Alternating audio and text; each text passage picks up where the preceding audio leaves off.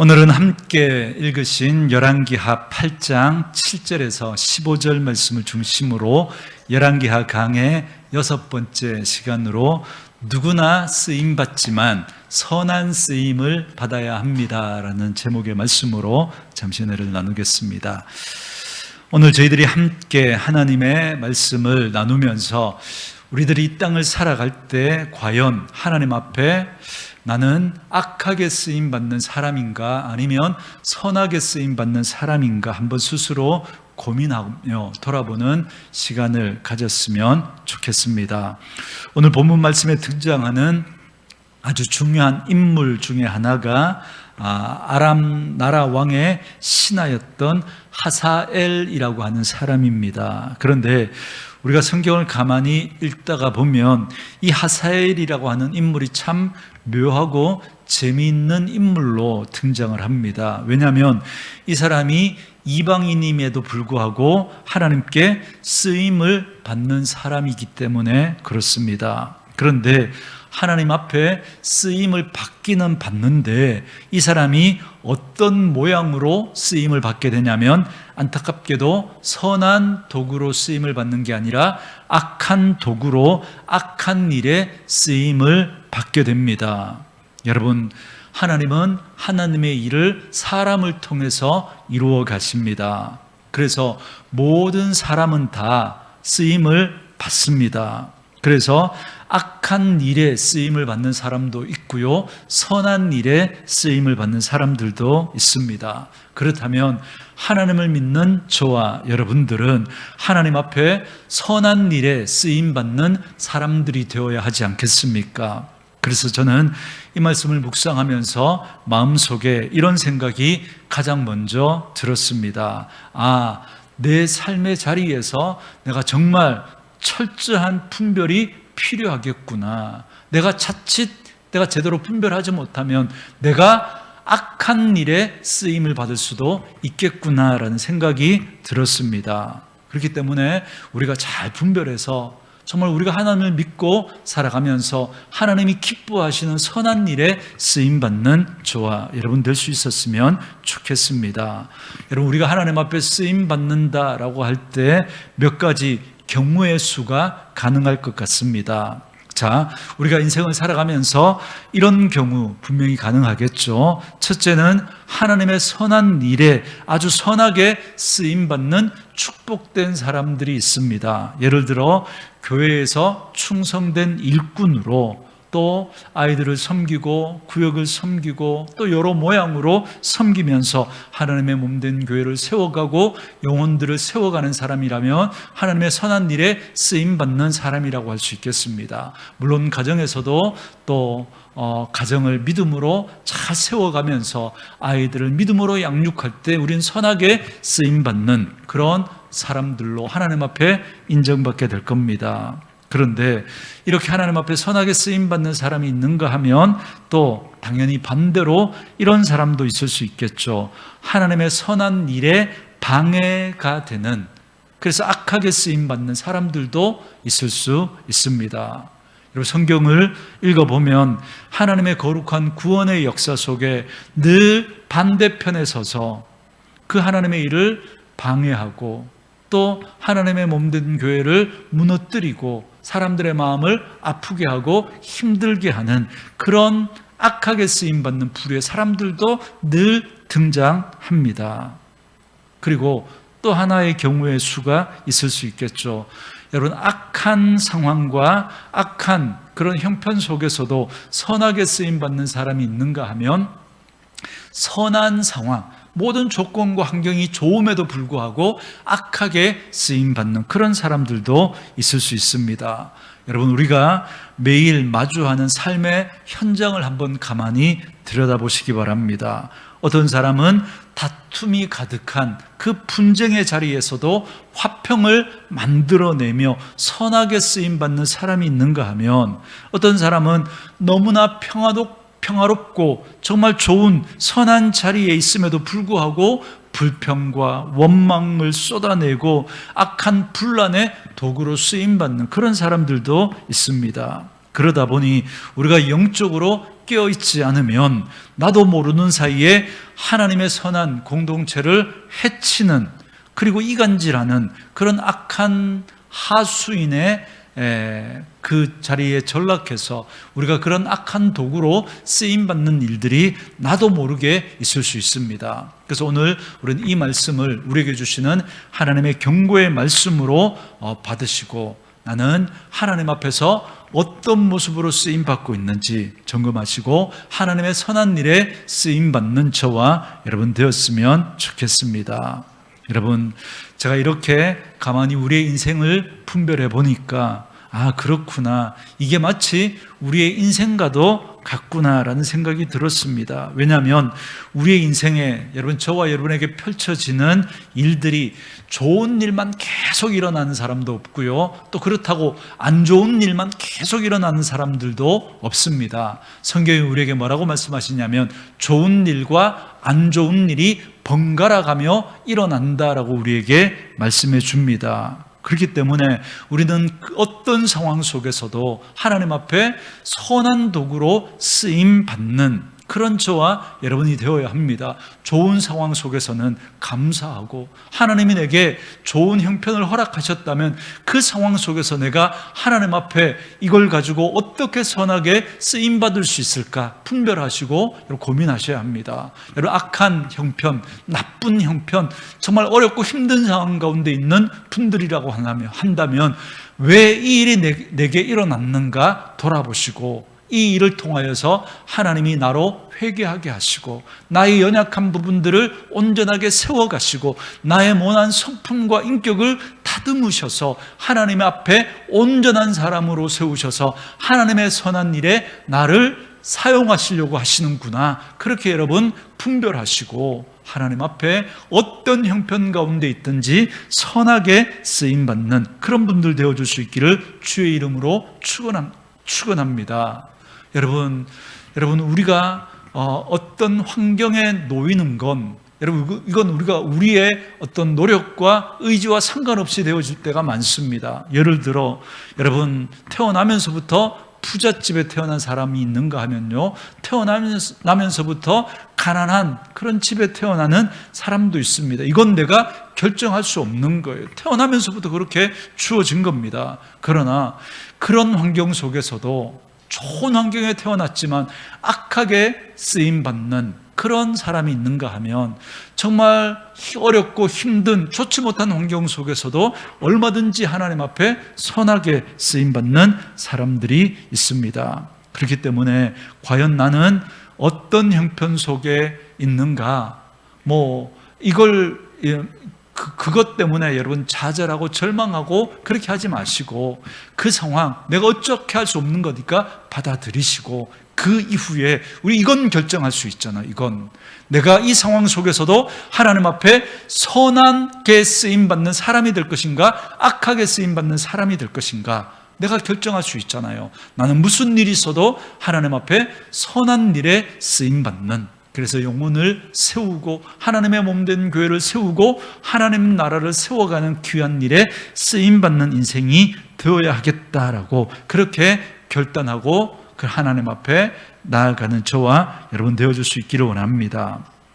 혹시 지금 연단의 과정 속에 있는 분들이 있다고 한다면 그 상황 속에서 여러분 좌절하고 절망하지 마시고, 모든 것을 합력하여 선을 이루시는 하나님이 우리 하나님이시니까 그 하나님 믿고, 하나님 그 순간을 하나님 앞에서 하나님의 백성답게 잘 이겨내시기 바랍니다. 그때 여러분들은 정말 귀하게 연단되어지고 또 훌륭한 인격과 성품으로 세워져서 하나님의 선한 일에 쓰임받는 거룩한 도구로 세워질 줄 믿습니다.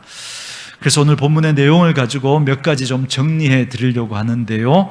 여러분, 우리 열왕기하 8장 7절 말씀을 한번 같이 읽어볼까요? 8장 7절 같이 읽습니다. 시작.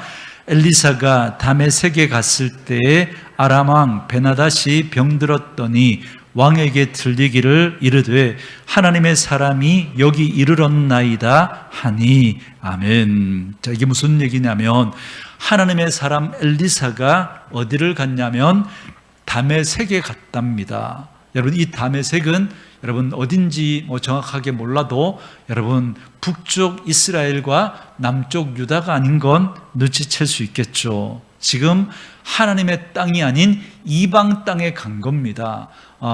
오늘날 이 다메섹이 어디냐면 여러분 시리아 있죠. 다마스커스라고 하죠. 이 시리아의 그 다마스커스 그 지역을 가리키는 겁니다. 그러니까 이방 지역이죠. 원래 하나님의 사람들은 어떤 생각이 많았냐면 우리는 하나님의 백성이니까 거룩하지 못한 그런 이방 땅에 우리가 함부로 가면 안 돼라고 하는 그런 생각이 많았습니다. 그런데 하나님께서 엘리사를 저 멀리 이방 땅 다메섹에 보내신 거예요. 여러분, 이게 무슨 의미일까요? 하나님은 하나님의 백성인 이스라엘만 다스리는 게 아니라 누구도 다스린다는 걸 지금 알려주시려고 하시는 거예요. 이방 나라도 하나님이 다스리시고 하나님이 주관하신다라는 걸 알려주시는 겁니다. 그래서 저와 여러분들도 여러분 늘 이 생각하셔야 됩니다. 여러분, 하나님은 우리가 믿음으로 살아가는 그죠? 이 교회 여기에만 관심이 있는 게 아니라 하나님은 이 교회 밖에서도 그죠? 예수 믿지 않는 그 사람들에게도 여전히 관심을 가지고 계신다. 이 생각 가지고 있어야 하고요. 그리고 우리의 믿음도 우리의 본거지라고 할 수 있는 이 교회 공동체 여기에서만 우리의 믿음이 필요한 게 아니라 어디에서 진짜 우리의 믿음이 필요한 거예요? 하나님을 인정하지 않는 세상 사람들, 그죠? 우리 교회 이 예배당을 벗어난 거기에서 사실 진짜 우리의 믿음이 필요한 겁니다. 근데 우리는 하나님이 교회에만 관심이 있고 정말 교회에서 우리의 믿음을 보여야 한다라고 생각하니까 우리는 자꾸 여러분 여기서 우리의 믿음을 보이려고 합니다. 그래서 여러분 예배당에 오면 우리는 어떤 모습으로 와요? 천사가 아니지만 천사인 척, 그죠? 옆에 있는 분들 한번 보십시오. 평소에 안 입던, 그죠? 드레스도 입고, 정장도 입고, 그죠? 만나면, 그죠? 웃으면서 정말 천사 같은 모습들을 우리가 보입니다. 왜요? 여기가 우리의 믿음을 보여야 할 것이라고 생각하니까. 맞아요. 여러분, 여기서 우리가 하나님 앞에 믿음을 보여야죠. 그리고 제가 늘 말씀드리지만 여러분 여기는 우리가 하나님 앞에 은혜를 받고 또 하나님이 주신 말씀으로 여러분 여기서 우리가 하나님의 백성의 삶을 연습하고 훈련하는 곳이다. 제가 늘 말씀드리잖아요. 그래서 우리가 여기서 연습하고 훈련하셔야죠. 천사 같지 못한 우리들이지만 그러나 하나님의 백성답게 천사처럼 웃고 따뜻하고 격려하고 세워주는 말을 하면서 여기서 훈련하고 여기서 연습하고 여기서 그렇게 실력을 쌓아가지고 진짜 우리의 믿음을 드러내야 하는 곳은 어디예요? 예수 믿지 않는 세상 사람들과 함께 섞여 살아가는 그곳에서 우리의 믿음을 드러내야 돼요. 가정에서, 직장에서 여러분이 만나는 그 믿지 않는 사람들과의 그 관계 속에서 진짜 우리의 믿음을, 우리의 실력을 드러내야 합니다. 그런데 우리가 거꾸로 하는 거예요, 거꾸로. 교회에서는 천사인 척 하다가 정말 우리의 믿음을 드러내야 될 가정에서, 직장에서 우리의 본 모습을 드러내는 겁니다. 그러니까 여러분, 남편한테, 아내한테, 우리의 아이들한테 자꾸 우리의 본색을 드러내니까 우리 아이들이 또 우리 아내와 남편들이 우리를 보고 뭐라고 생각해요? 우리 보고 예수 믿고 싶어져요? 안 믿고 싶어져요? 예수 안 믿고 싶어지는 거죠. 정말 우리의 믿음의 실력을 드러내야 하는 것은 여러분 예수 믿지 않는 사람들과의 그 관계 속에서 거기서 진짜 우리 실력을 드러내야 돼요. 그래서 우리는 여기서 은혜 받고 여기서 훈련해야죠. 연습해야죠. 여러분 잘하셨어요. 교회 오실 때 예쁘게 차려입고 성도들 보면서 웃으면서 따뜻하게 하는 거 잘하셨어요. 여러분 그렇게 훈련하셔서 그 실력을 가지고 여러분 가정에서, 직장에서 그렇게 살아낼 수 있는 저와 여러분 될 수 있기를 주의 이름으로 축원합니다. 그런데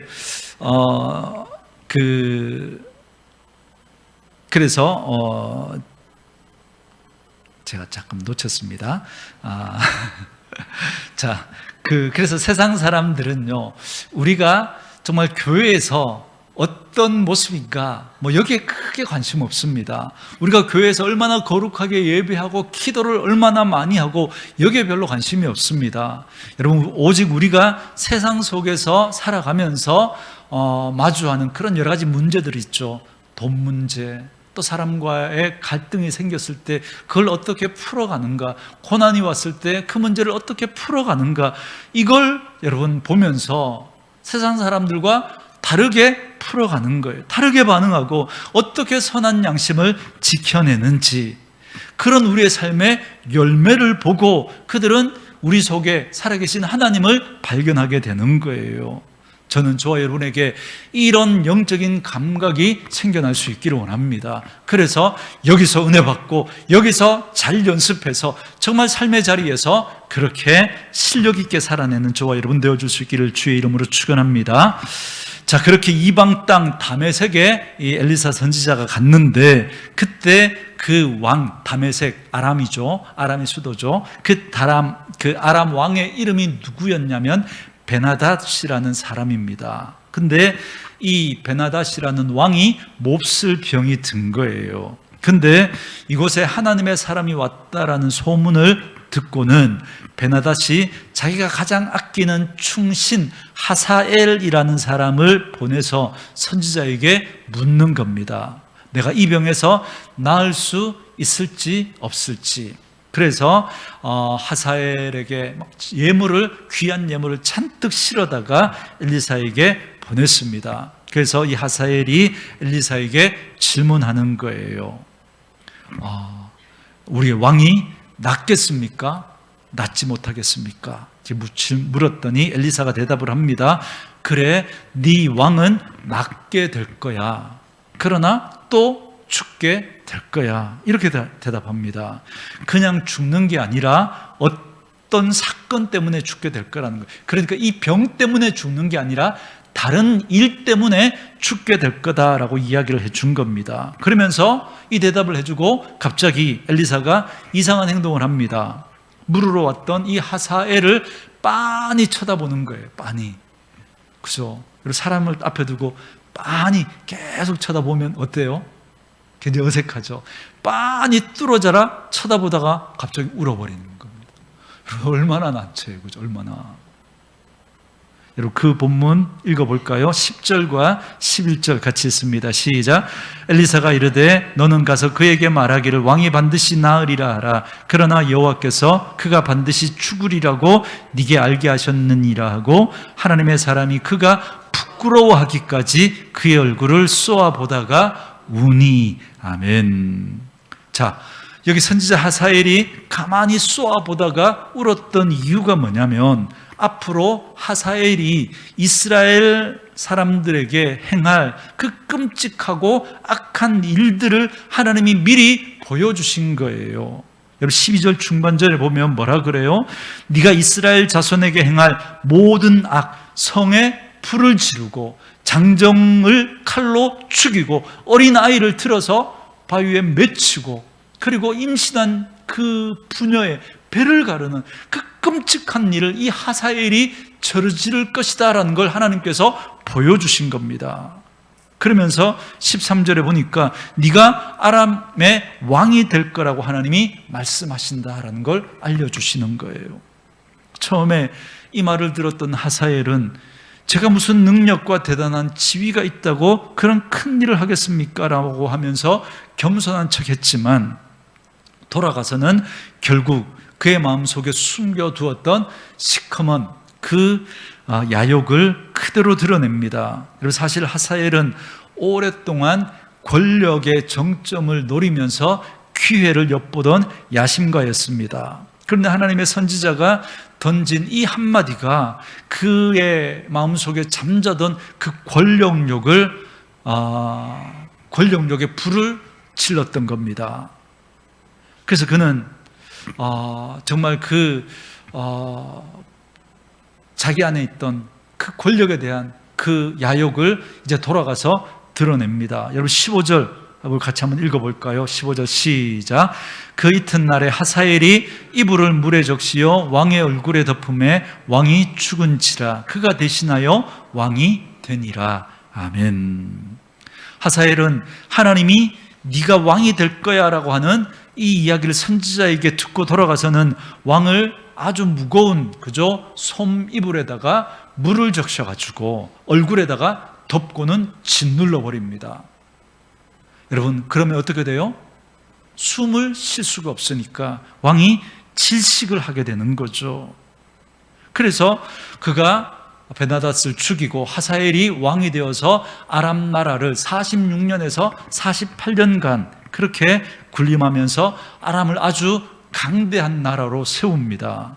여러분, 아람을 아주 강대한 나라로 세웠다라는 말은 여러분 주변에 있는 나라들의 입장에서는 여러분 어떤 일이 되는 거예요? 아주 힘든 일이 되는 거죠. 그래서 이 하사엘이 북이스라엘과 남유다를 못 살게 굽니다. 옆에 있던 나라가 북이스라엘과 남유다였으니까. 그래서 이 하사엘 때문에 정말 심한 괴롭힘을 받는데요. 여러분, 한 장 넘기셔서 열왕기하 10장, 두 장을 넘기셔서 10장에 보면 이렇게 말씀합니다. 같이 한번 읽어볼까요? 시작. 이때 여호와께서 32절, 열왕기하 10장 32절 같이 읽습니다. 시작. 이때 여호와께서 이스라엘에서 땅을 잘라 내기 시작하심에 하사엘이 이스라엘의 모든 영토에서 공격하되, 그러니까 북이스라엘이 이렇게 괴롭힘을 받은 겁니다. 그리고 또 두 장을 넘기면 12장에 또 남유다의 요아스 왕이 하사엘의 침공을 막기 위해서 성전에 있는 그 성전과 왕궁에 있는 모든 금을 싹 다 모아가지고 하사엘에게 바쳐야 되는 그 수모를 겪게 됩니다. 그만큼 이 하사엘이 북이스라엘과 남쪽 유다를 괴롭혔습니다. 이렇게 힘을 가진 지도자가 생기니까 이 역사를 하사엘이 다 주관하는구나 이렇게 생각하기 쉽지만 그렇지 않습니다. 그래서 오늘 여러분과 첫 번째 나누고 싶은 메시지는 이겁니다. 역사는 하나님이 주관하신다라는 겁니다. 왜 그러느냐면 여러분, 이 이야기를 읽어가면 읽어갈수록 사람 지도자가 나라의 운명을 바꾸는구나 그렇게 생각되어지지만, 여러분 우리 열왕기상 19장 15절 말씀 한번 찾아볼까요? 열왕기상으로 오셔서 19장 15절 말씀, 열왕기상 19장 15절입니다. 같이 읽습니다. 시작. 여호와께서 그에게 이르시되 너는 네 길을 돌이켜 광야를 통하여 다메섹에 가서 이르거든 하사엘에게 기름을 부어 아람의 왕이 되게 하고. 아멘. 여러분, 하사엘이 그렇게 나라를 점령하고 날뛰기 훨씬 전에 이미 하나님은 엘리사 선지자에게, 지금 엘리사 선지자가 그 하사엘에게 왕이 될 거라고 하지만 이미 하나님께서는 엘리사 선지자의 그 스승이었던 엘리야 선지자에게 미리 명령하셨던 거예요. 이미 하사엘이 어떤 쓰임을 받을지를 하나님 다 아시고 하사엘이 왕이 될 것을 하나님이 이미 예언해 주셨습니다.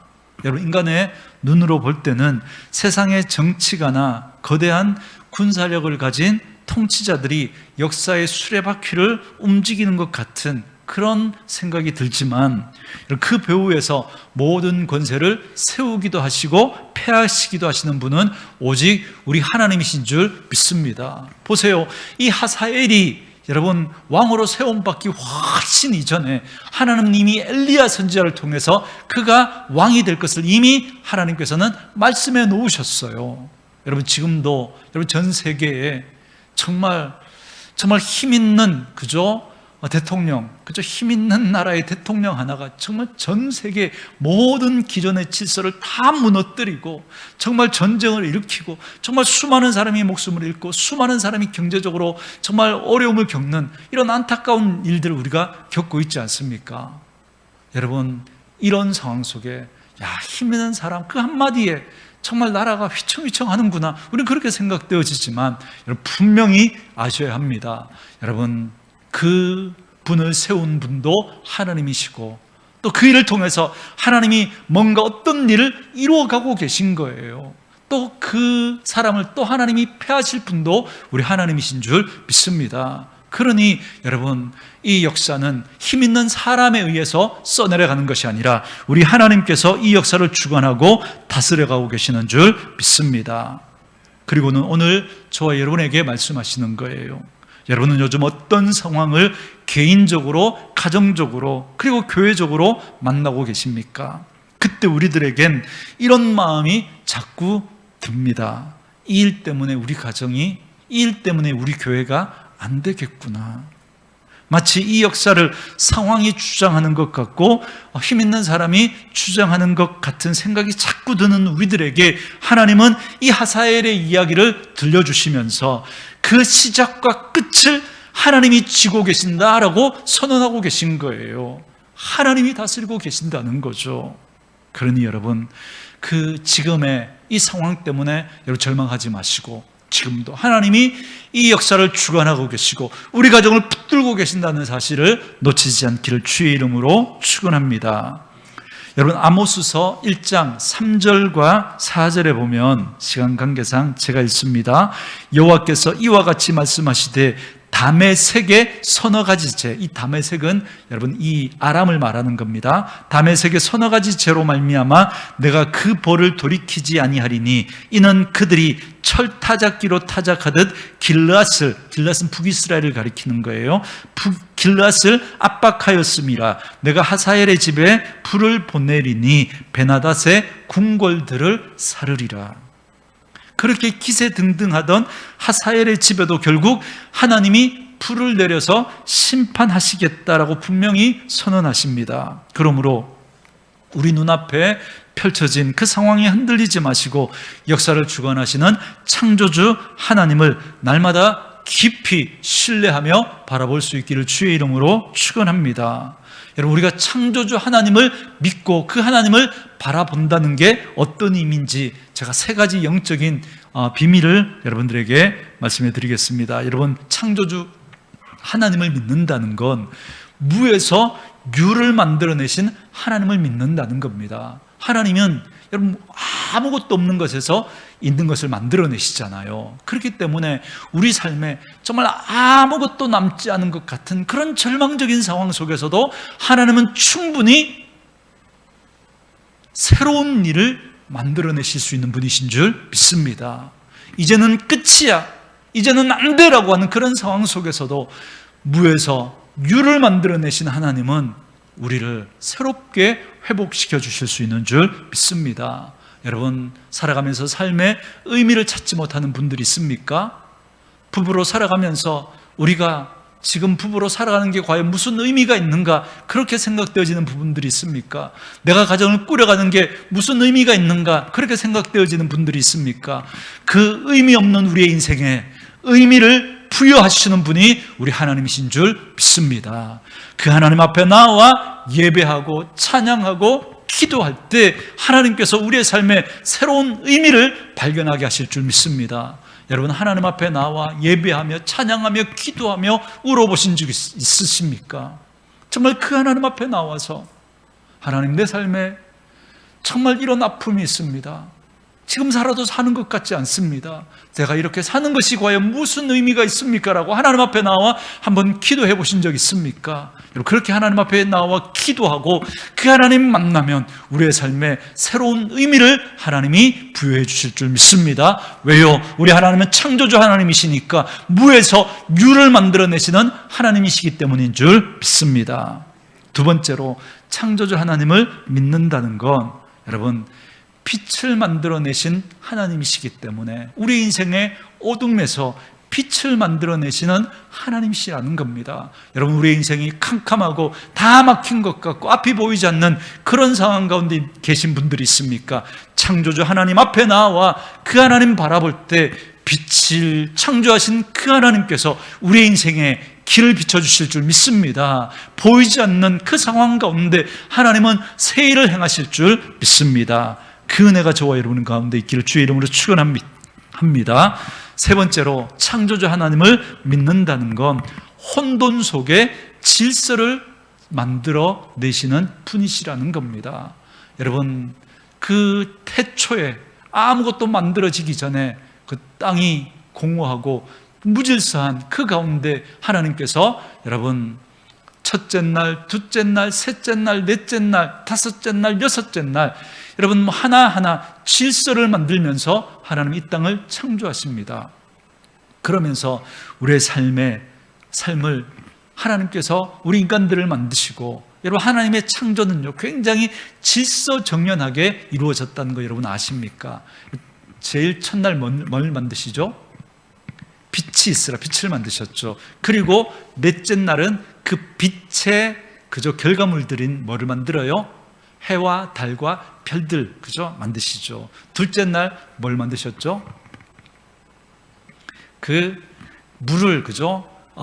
궁창 위에 있는 그 물을 그죠? 물을 이렇게 나누어서 그 하늘을 그죠? 만드시죠. 그리고 그 다섯째 날 뭐 만들어요? 그 하늘에 그죠? 날아다니는 새를 만드시죠. 그리고 넷째 날 뭘 셋째 날 뭘 만드셨죠? 이 물을 그죠? 경계를 나누어서 그 바다와 땅을 그죠? 이렇게 만드시잖아요. 그래서 셋째 날 뭘 만들어요? 셋째 날 바다의 물고기들과 땅의 그저 짐승들과 풀과 꽃과 짐승들을 그렇게 만들어내시죠. 이게 굉장히 질서정연하게 만들어내셨다는 거예요. 그래서 여러분 우리의 삶에 하나님은 질서를 부여하십니다. 하나님은 이 땅을 만들어 놓고 그냥 이 땅을 그렇게 마음대로 움직여 가시는 게 아니라 하나님의 창조 질서, 우리가 자연 법칙이라고 그러죠. 그 질서를 통해서 이 땅을 다스려 가시는 거거든요. 그래서 우리의 삶에 여러분 하나님 질서를 부여하십니다. 그래서 우리가 예수를 믿으면 믿을수록 우리의 삶은 더 질서정연하고 그리고 정말 하나님 앞에 규모 있는 삶을 살아가게 됩니다. 여러분 우리의 삶에 질서가 없으면 규모가 없으면요 삶이 혼란스러워져요. 삶이 혼란스러우니까 여러분 밤에 잠을 자려고 해도 잠이 잘 오지 않아요. 꼬리에 꼬리를 물면서 이 생각 저 생각이 나고 어떻게 해야 될지 막막하고 그런데 우리가 예수를 믿으면 하나님을 사랑하는 자에게 잠을 주신다 그러죠. 그것도 우리가 정말 하나님 앞에서 믿음의 삶을 규모 있게 살아갈 때 그 삶에 하나님이 주시는 평안이 따르게 되고 그때 우리의 삶에 그죠? 그런 잠을 그저 자고 그 평안을 누릴 수 있는 그 삶을 살아갈 수 있게 되는 겁니다. 말이 좀 길었는데요. 어쨌든 하나님은 우리의 삶에 질서를 부여하시는 분이죠. 그렇기 때문에 여러분 창조주 하나님을 믿는다는 게 바로 그러한 삶을 말하는 겁니다. 그러니 이 나라, 이 세상의 역사도 우리 가정도 우리 교회도 그 주님이 그 창조주 하나님이 다스려 가신다라는 사실을 믿고 그것이 우리의 믿음으로 고백되어지고 우리의 입술로 고백되어질 수 있는 저와 여러분 되어줄 수 있기를 주의 이름으로 축원합니다. 두 번째 말씀은 이겁니다. 그러므로 악한 일에 우리가 쓰임받지 말아야 합니다. 여러분 아까 아모스 1장 3절 말씀에 보면 하나님께서 하사엘이 길르앗을 철타작기로 타작하듯 그렇게 압박하는 무서운 죄를 지은 것에 대해서 하나님이 그 죄를 물으시겠다 말씀하십니다. 여러분 하나님께서 남쪽 유다와 북쪽 이스라엘이 하나님 앞에 범죄했기 때문에 하나님께서 이 아람의 하사엘을 통해서 그 북쪽 이스라엘과 남쪽 유다를 하나님이 회초리를 든 거예요. 그러니까 그 회초리로 쓰임받았던 게 누구예요? 하사엘이라는 사람이었고 또 더 크게 보면 아수르 바벨론이라고 하는 나라였습니다. 그런데 그 회초리들이 하나님의 마음을 오해했습니다. 자기들이 대단한 권세를 가진 줄로 착각하고 하나님의 백성들을 막 못 일어날 만큼 하나는 그냥 회초리 좀 들라고 한 건데 완전히 몽둥이로 막 반 죽여 놓은 겁니다. 그래서 하나님 마치 예를 들면 이런 거죠. 엄마가 과외 선생님에게 아이를 맡기면서 우리 아이 제대로 좀 공부하도록 말 안 들으면 회초리를 좀 들어서라도 좀 가르쳐 달라고 그렇게 좀 부탁을 한 겁니다. 그랬더니 이 과외 선생님이 아이를 몽둥이로 다리 몽둥이를 분질러 놓은 거예요. 여러분, 그럼 돼요? 안 돼요? 안 되죠. 그럼 엄마가 화가 나겠죠. 여러분, 바로 그건 거예요.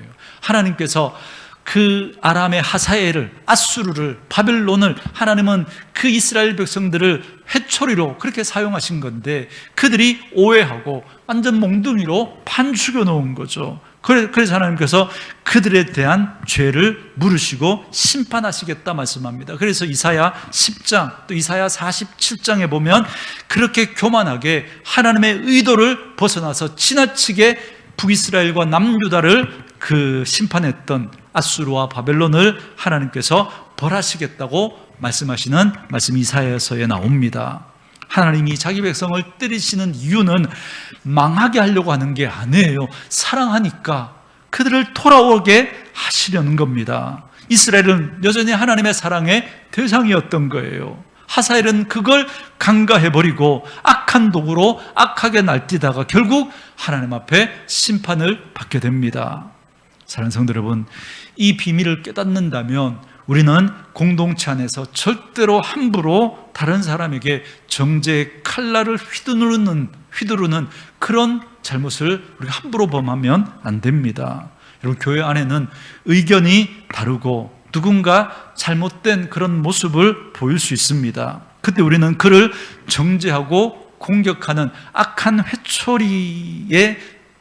회초리가 아니라 그가 비록 지금은 거꾸러져 있고 잘못된 길을 걸어가고 있는다고 할지라도 하나님의 눈에는 여전히 돌아와야 할 사랑의 대상이다라는 사실을 기억하고 내 입을 닫고 그 영혼을 품고 기도하면서 눈물 흘릴 수 있는 그런 분들이 되어야 합니다. 제가 뒤에서 조금 더 말씀드리도록 하겠습니다.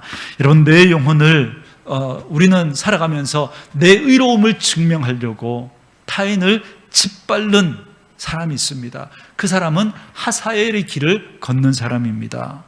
내 연약함을 인정하고 타인을 품어주는 사람은 바로 예수 그리스도의 그 십자가의 길을 걸어가는 자입니다. 여러분은 지금 하사엘의 길을 걷고 있습니까? 아니면 예수님의 그 십자가의 길을 걷고 있습니까? 사랑하는 성도 여러분, 어떤 형편에서도 여러분이 하나님 앞에 선한 도구로 쓰임받는 분들 될 수 있기를 원합니다. 이 몸부림을 여러분 쳐야 합니다. 그게 믿음의 삶이거든요. 여러분, 그렇기 때문에 이제 우리는 이 문을 열고 나가면 이제 내일부터 다시 마주칠 그 세상의 한복판에서 구체적으로 어떻게 해야 내가 하사엘의 길을 걸어가지 않고 예수님의 그 십자가의 길, 선한 쓰임의 통로로 살아갈 수 있을지 제가 몇 가지만 여러분들에게 팁으로 알려드리겠습니다. 첫 번째로는 우리의 말에 덕을 세워야 합니다. 남을 아프게 하는 말, 또 다른 사람에게 비난과 정죄하는 그 말을 우리가 함부로 내뱉는 순간 우리는 하나님의 회초리를 빼앗아서 함부로 휘두르는 그런 하사엘이 될 수 있다는 사실을 기억하고, 여러분, 우리가 우리의 말로 정죄하고 비판하는 그런 말이 아니라 덕을 세우는 말을 하는 저와 여러분 될 수 있기를 바랍니다. 그리고 둘째로, 판단보다 무릎을 선택해야 됩니다. 여러분, 우리가 어떤 걸 지적하는 건 누구나 할 수 있습니다. 여러분, 지적하는 거, 이게 문제고 저게 문제고, 여러분, 그거 누구나 할 수 있습니다. 그러나 하나님이 우리의 눈에 어떤 문제를 보여주시고 누구의 잘못을 보여주실 때 그걸 지적하라고 보여주시는 게 아니라 그걸 품고 기도하라고 보여주신 겁니다. 그렇기 때문에 판단보다 여러분, 무릎으로 하나님 앞에 기도하는 저와 여러분 되십시오. 그리고 세 번째로는 매 순간 하나님의 절대 주권을 신뢰하셔야 합니다. 여러분, 하사엘이 그저 이스라엘을 짓밟는 것 같아도 그 처음과 끝을 하나님께서 주관하고 계심을 믿으시고 원수 갚는 게 하나님께 있습니다. 분명히 하나님은 그 일을 통해서 하나님은 하나님의 일을 이루어가고 계신 거예요. 그러니 내가 끝장내려고, 내가 원수를 갚으려고 하는 게 아니라 하나님 앞에 맡길 때, 그럴 때 여러분, 우리가 흔들리지 않는 하나님 앞에 거룩한 도구로 선하게 쓰임받게 될 줄 믿습니다. 이제 마지막 세 번째로, 여러분, 쓰임받는 것과 복을 받는 것은 다르다라는 사실을 꼭 기억하셔야 합니다. 여러분, 잠언 16장 4절, 여러분 집에 가서 꼭 한번 찾아보십시오. 여호와께서 온갖 것을 그 쓰임에 적당하게 지으셨나니 악인도 악한 날에 적당하게 하셨느니라. 무슨 말이죠? 하나님이 모든 사람을 다 쓰신다는 거예요. 다. 악한 사람도 정말 하나님께서 그 악한 날에 그 사람 쓰시기 위해서 두셨다는 거예요. 하나님은 하나님의 일을 사람을 통해 이루어 가십니다. 악한 일에 악한 사람을 쓰시고요, 선한 일에 선한 사람을 쓰십니다. 그런데 그렇기 때문에 하나님 앞에 쓰임 받는다고 해서 여러분 다 복이 되는 건 아니에요. 악하게 쓰임 받는 거 절대 복되지 않습니다. 제가 여러 번 말씀드렸죠. 여러분, 하나님은 사람 막대기와 인생 채찍을 사용하십니다. 그런데 그 사람 막대기, 인생 채찍 절대 복되지 않습니다. 여러분, 제가 신학교 입학해서 한 전도사님이 간증하는 이야기가 제가 아직도 기억에 남아 있는데요. 이분이 젊으니까 교회 안에서 나름대로 막 의로움 때문에 교회 안에서 정말 잘못된 모습을 참지를 못하는 거예요. 그래서 막 이야기하니까 어머님이 이제 그 전사님에게, 그 아들에게 성경에서 하나님이 사람 막대기, 인생 채찍 사용하시지만 그 사람들 끝이 어떤지 한번 찾아봐라. 그래서 이 전사님이 그 하나님 앞에 쓰임받았던 사람 막대기 채찍으로 쓰임받았던 사람들 찾아봤어요. 찾아보고는 내린 결론이, 그 결론을 보니까 복되지 않더라는 거예요. 그리고는 이분이 정말 하나님 비판하는, 교회에서 막 비판하는 그 입을 닫고 정말 기도하는 그런 모습으로 바뀌었던 걸 이야기하는 간증을 제가 들은 적이 있습니다. 여러분, 그렇습니다. 여러분, 하나님은 모든 사람을 다 쓰시지만, 그러나 쓰임 받는다고 해서 절대 그게 복되지 않습니다. 저는 저와 여러분들이 하나님 앞에 복된 도구로 쓰임 받기를 주의 이름으로 축원합니다. 여러분, 하나님 앞에 쓰임받지 않는 인생 없습니다. 누구나 어떤 방식으로 쓰임받지만, 그래서 역사 속에 흔적을 남기겠지만, 그러나 하나님 앞에 선한 도구로 쓰임받아 정말 하나님 앞에 복된 인생 살아갈 수 있기를 바랍니다. 그래서 여러분의 자녀와 여러분의 다음 세대가 정말 하나님 앞에 그 복을 누리는 그런 저와 여러분 되어줄 수 있기를 주의 이름으로 축원합니다.